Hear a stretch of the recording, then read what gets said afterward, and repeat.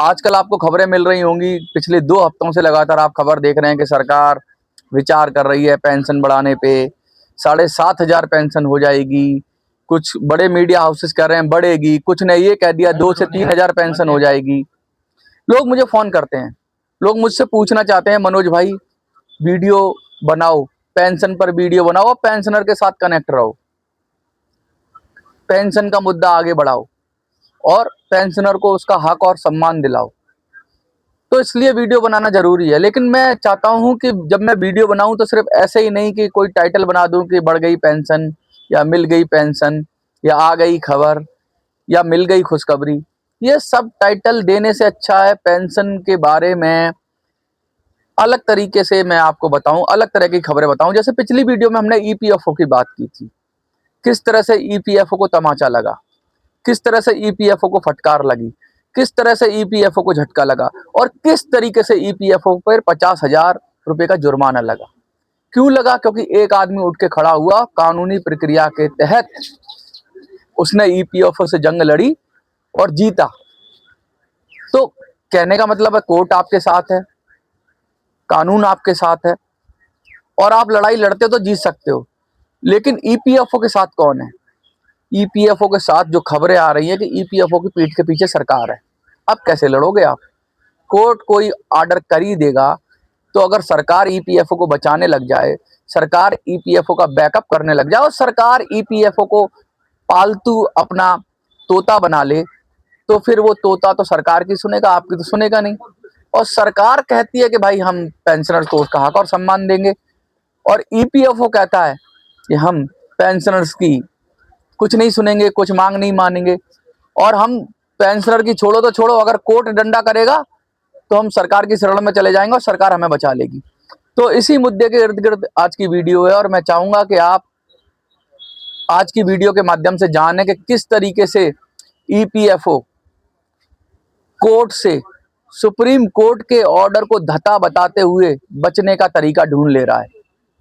क्योंकि supreme court कैसे चलता है? सुप्रीम कोर्ट चलता है कानून से, सुप्रीम कोर्ट चलता है जो विधायिका है, जो संसद है, जो कानून बनाती है उसकी उसमें चलता है, उसकी छत्र छाया में चलता है। और वो कानून ही अगर बदल दिया जाएगा तो सुप्रीम कोर्ट क्या कर लेगा? सुप्रीम कोर्ट का कोई आदेश आ जाता है और ईपीएफओ के लिए वो बाध्यकारी हो जाता है, तो कैसे सुप्रीम कोर्ट के आदेश को भी धता बना दिया जाता है, इसकी वानगी भर है। आज के वीडियो के माध्यम से आप जानेंगे और आज के वीडियो में हम हायर पेंशन की बात करेंगे। कैसे हायर पेंशन का जो हक 2022 में सुप्रीम कोर्ट के माध्यम से मिला था। सुप्रीम कोर्ट ने कहा था कि पेंशन अधिकार है, पेंशन कोई आपका वो नहीं है, पेंशन एक व्यक्ति का मौलिक अधिकारों में गिना गया, उसके जीवन का सहारा है, बुढ़ापे की लाठी है और उसको पेंशनर, उस पेंशनर को उसका हक और अधिकार मिलना चाहिए और वो भी हकदार है हायर पेंशन का। तो सरकार ने नई ईपीएस स्कीम ले आए। ईपीएस 95 से परेशान सरकार नई ईपीएस स्कीम ले आई, ईपीएस 2026, और उसके माध्यम से क्या खेल किया इस वीडियो के माध्यम से हम यही जानेंगे। तो चलिए विधिवत शुरू करते हैं। देखिए मैं पढ़ देता हूं खबर क्या थी। खबर यह थी कि ईपीएफओ का बड़ा झटका, न्यू ईपीएस 2026 में हायर पेंशन का रास्ता बंद। ईपीएफओ कर्मचारी भविष्य निधि संगठन की तरफ से एक प्रस्ताव सामने आया है जिसमें प्राइवेट सेक्टर में काम करने वाले लाखों कर्मचारियों और रिटायर्ड लोगों की चिंता बढ़ा दी है। सुप्रीम कोर्ट ने 2022 में ऐतिहासिक फैसला दिया जिसके बाद हायर पेंशन की उम्मीद जगी थी। नए नियमों के ड्राफ्ट पर उस पानी फेरने की तैयारी कर ली गई है। इस पूरी खबर की ग्राउंड रियलिटी, इसके पीछे की वजह और कर्मचारियों पर होने वाले असर को मैं इस वीडियो के माध्यम से आपको दिखाऊंगा। लेकिन मोटी बात यह है, मुख्य विवाद क्या था?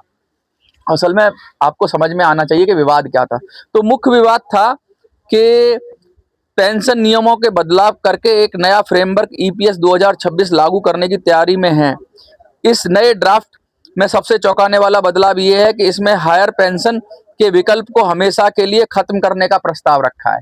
यानी 2022 में, विवाद तो यहीं से उठेगा ना, 2022 में जो सुप्रीम कोर्ट ने ऑर्डर किया कि भाई जो कर्मचारी है जिसकी लाखों तनख्वाह है, वो क्यों 2-3 हजार की पेंशन उससे क्या गुजारा होगा। अभी ऐसा व्यक्ति आया था एक, जिसको 2000 3000 पेंशन मिलती थी और 80,000 से रिटायर था।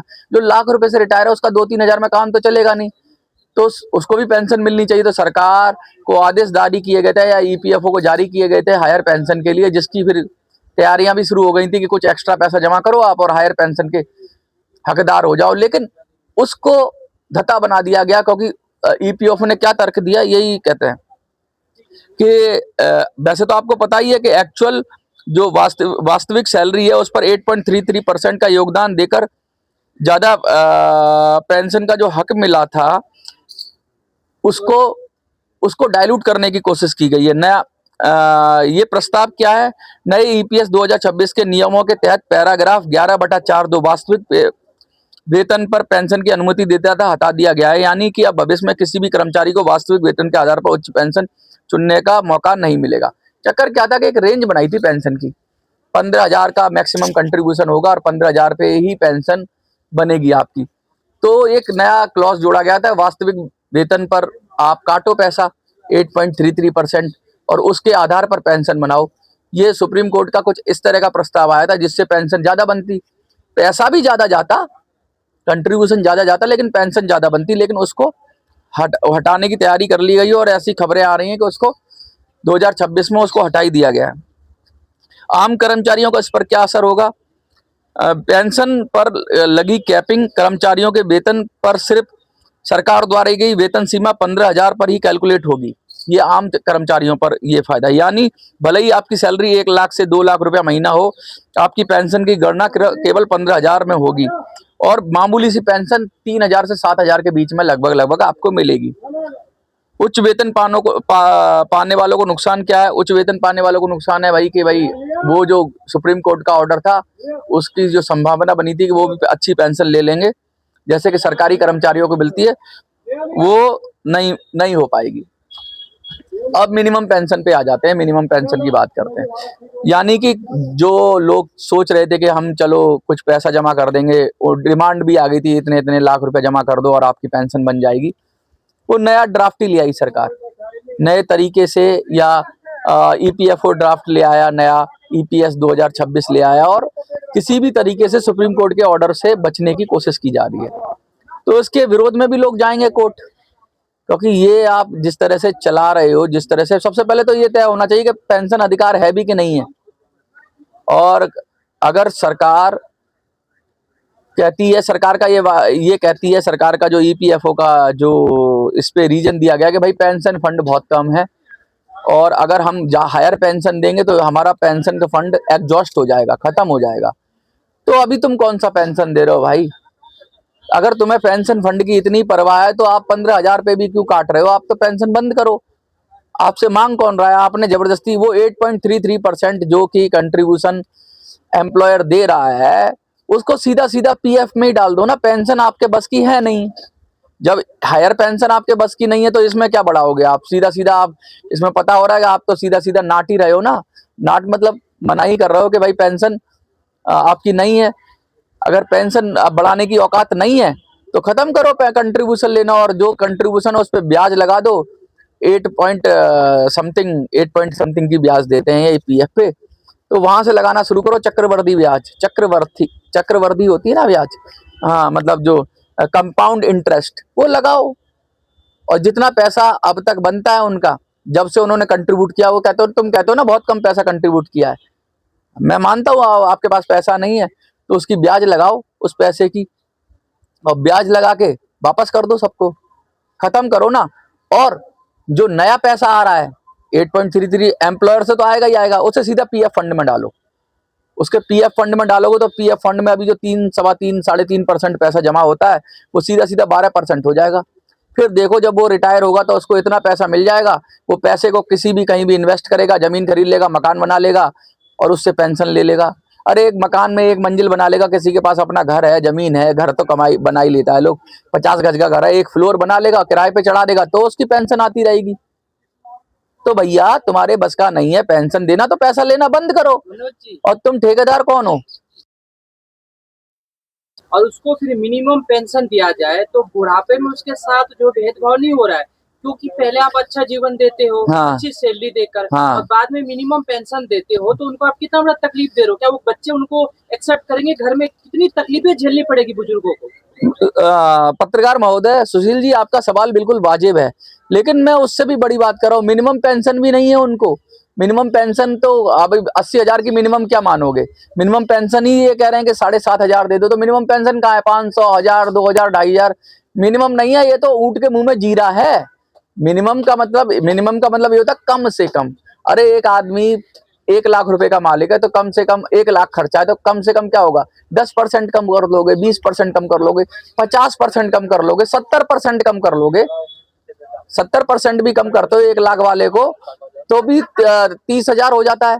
और अगर तुम उसको 10% भी देते हो, मतलब मिनिमम क्या, मिनिमम का क्राइटेरिया क्या है? मतलब है कि जिन बुजुर्गों को हाँ, नौकरी के बाद जो है आराम करना चाहिए, उनको घर में कहने के तिरस्कार सहना पड़ रहा होगा इन इस फैसले को, जैसे मैं तो सभी बुजुर्गों से कहना चाहूंगा तिरस्कार से, क्योंकि हायर पेंशन के नाम पर भी लाखों रुपया ये जमा कर ही रहे थे। तो लात मारो ऐसी सरकार को और धक्का दो ऐसे ईपीएफओ को कि भाई तुमसे लाखों रुपया जमा करके तब तुमको हायर पेंशन देगा। तुम इस पैसे का अपने घर में, अगर तुम्हारे पास घर है, कोई ऊपर एक फ्लोर बनवा लो, किराए पे चढ़ा दो। दुकान है तो कोई दुकान खरीद के किराए पे चढ़ा दो। सोना खरीद लो। मोदी जी तो मना कर रहे हैं, मैं तो कहता हूँ खरीद लो सोना, तो कम से कम बढ़ेगा तो सही। कहीं डाइवर्सिफाई अपने फंड में निवेश कर लो। ये देखो जोखिम है, शेयर मार्केट तो जोखिम है, लेकिन आप अपने स्तर पे अपनी समझ से पैसा कंट्रोल, ब्याज पे चढ़ा लो, ब्याज पे दे दो, किसी का कुछ सामान रख के दे दो, कैसे भी करके दे दो, तब भी तुम्हें जो तुम पेंशन के लिए लाखों रुपए जमा कर रहे हो ना, सरकार पे भरोसा कर रहे हो। असल में क्या है, जो नौकरी करता है उस वो ज्यादातर डरता है कि यार कहीं मैं मकान बना लूंगा, जमीन खरीद लूंगा तो मेरी जमीन कोई कब्जा नहीं कर लेगा, थोड़ा वो डरा हुआ रहता है। वो सोचता है सरकार में सुरक्षित है पैसा उसका। भाई सरकार से बड़ा लुटेरा कोई नहीं है, मैं बता रहा हूं आपको, क्योंकि सरकार आपके हक का पैसा जब चाहे जीरो कर दे। सरकार पे भरोसा मत करो, अपने बच्चों पे भरोसा कर लो, अपने परिवार पे भरोसा कर लो, अपने आप पर भरोसा कर लो, अपनी प्रॉपर्टी पर भरोसा कर लो, अपने मकान पे भरोसा कर लो। सरकार पे भरोसा मत करना, किसी बैंक पे भी भरोसा मत करना। देखा ना अभी बैंक ने कैसे, महाराष्ट्र के अंदर बैंक ने सबका पैसा जीरो कर दिया। रिजर्व बैंक ने कह दिया भाई कल से इस बैंक के सारे कामकाज बंद, और लाखों रुपया जमा था लोगों को, कह रहे हैं 5 लाख ही मिलेगा मैक्सिमम, आप 5 लाख क्लेम कर सकते हो। तो भैया क्या गारंटी है कि सरकार कल को आपके पैसे को जीरो कर दे? सरकार कह दे कल को ईपीएफओ क्या हो गया, क्या बोलते हैं उसको, दिवालिया हो गया, ईपीएफओ दिवालिया हो गया, पैसा कौन खा गया, जांच बैठा देगी, पैसा मिले, फिर क्या कर लोगे आप? भैया अपना दुख अपने से ही हरा जाएगा। आप जो हायर पेंशन वाले हैं, मैं उनको कहना चाहता हूं, उनको बार बार अपील करना चाहता हूं कि अच्छा हुआ, मैं तो कहता हूं आपसे पैसा लेके क्या पता फिर हायर पेंशन भी ना मिलती, क्योंकि अभी भी देख रहे हो जो कंट्रीब्यूशन के बाद कहाँ मिल रहा है पैसा। आप फिर से सरकार पे भरोसा करके कोर्ट के आदेश के बाद लाखों रुपए की डिमांड कर रहा था, ईपीएफओ को इतने लाख जमा करोगे, वेतन के आधार पे, आपके वेतन के आधार पे 8.33% के हिसाब से इतना बनना है। किसी का 5 लाख बनना था, किसी का 7 लाख, लोग तैयार थे, किसी का 10 लाख बनना था, किसी का और ज्यादा बनना, 10-20 लाख रुपया आप जमा करके आओगे, उसके बाद आप पेंशन करोगे। और सरकारी आदमी स्ट्रेस में रहता है, वो ज्यादा जीता भी नहीं है। 5-7 साल पेंशन ले लेते आप, पता चला आपका मूल भी नहीं वापस आया। इससे अच्छा है अपना पैसा अपने पास रखो, किसी बैंक में भी कम रखो, किसी और कुछ धातुएं खरीद लो, कहीं निवेश कर लो, मकान बना लो और किराए पे चढ़ा दो, कैसे भी कर लो, वहां ज्यादा सुरक्षित हो। आपने भविष्य के लिए बताया है। जिन लोगों का पेंशन अभी सरकार के पास है, जो नौकरी से छोड़ चुके हैं, उनको कैसे उनका समाधान? उनके लिए तो लड़ ही रहे हैं हम सुशील भाई, उनके लिए तो लड़ ही रहे हैं। उनको तो हम कह रहे हैं, बताइए उनको तो मजबूती मिलेगी जब वो एकजुट होंगे, एक छत्र एक साथ एक तरीके से दिखाएंगे, पावर दिखाएंगे। सरकारी कर्मचारियों को देख लो, लगातार वो अपना जब भी प्रोटेस्ट करते हैं एक साथ हो जाते हैं, लेकिन उनके पास लीडरशिप भी ठीक है, वो लड़ते भी ठीक है, वो एकजुट भी है। लेकिन जो प्राइवेट कर्मचारियों की प्रॉब्लम क्या है कि यहाँ पेंशनर लड़ रहा है। अच्छा, लोगों को जानकारी भी नहीं है, बहुत सारे लोग जो नौकरी कर रहे हैं प्राइवेट नौकरी, 8 करोड़ के लगभग लोग प्राइवेट नौकरी कर रहे हैं, 7 से 8 करोड़ लोग, लेकिन वो उनको शामिल करना है इस लड़ाई में। जब तक ये 8 करोड़ लोग एक साथ खड़े नहीं होंगे, क्योंकि इनकी भी तो पेंशन बनेगी बाद में। ये तो वही हो गया कि फूट डालो और राज करो, आज पेंशनर लूट रहा है, कल को ये भी पेंशनर बनेंगे, ये भी लूटेंगे। तो लूटना अगर आपकी मजबूरी है, और लूटना मैं क्यों कह रहा हूं, क्योंकि ये पैसा आपके नाम पे उद्योगपति से लिया जा रहा है। ये आपके नाम पे 8.33% के आपका भविष्य बनाएंगे, कर्मचारियों का भविष्य बनाएंगे। ये सरकार नहीं दे रही है पैसा, सरकार कुछ 1 पॉइंट समथिंग इसमें मिला देती है एडमिनिस्ट्रेटिव करके, ये करके कि हम इसे मैनेज कर रहे हैं, अपनी तरफ से योगदान दे देती है 10,000 12,000 करोड़ का, उसकी वैल्यू कुछ नहीं है। लेकिन मैं मोटी बात कर रहा हूं, जो उद्योगपति से जो पैसा वसूला जा रहा है, किसके नाम पर? कर्मचारी के नाम पर। कर्मचारी का भविष्य सुरक्षित करेंगे। और कर्मचारी का भविष्य कैसा हो रहा है, आप देख ही रहे हो कितनी पेंशन मिल रही है। मिनिमम पेंशन के लिए चिल्ला रहे हैं बेचारे, कह रहे मिनिमम ही दे दो, कम से कम 7,500 दे दो, मिनिमम मांग रहे हैं। पेंशन अच्छी तो मिलेगी क्या, मिनिमम मांग रहे हैं। तो कहने का मतलब है, उद्योगपति से अगर पैसा आ रहा है तो उसे पेंशन वाली स्कीम खत्म कर दो और उसे पीएफ फंड में डाल दो। पीएफ फंड से किसी को कोई दिक्कत नहीं है, पीएफ फंड में डाल दोगे आपका काम हो जाएगा। बस यही कहना चाहता हूँ। धन्यवाद।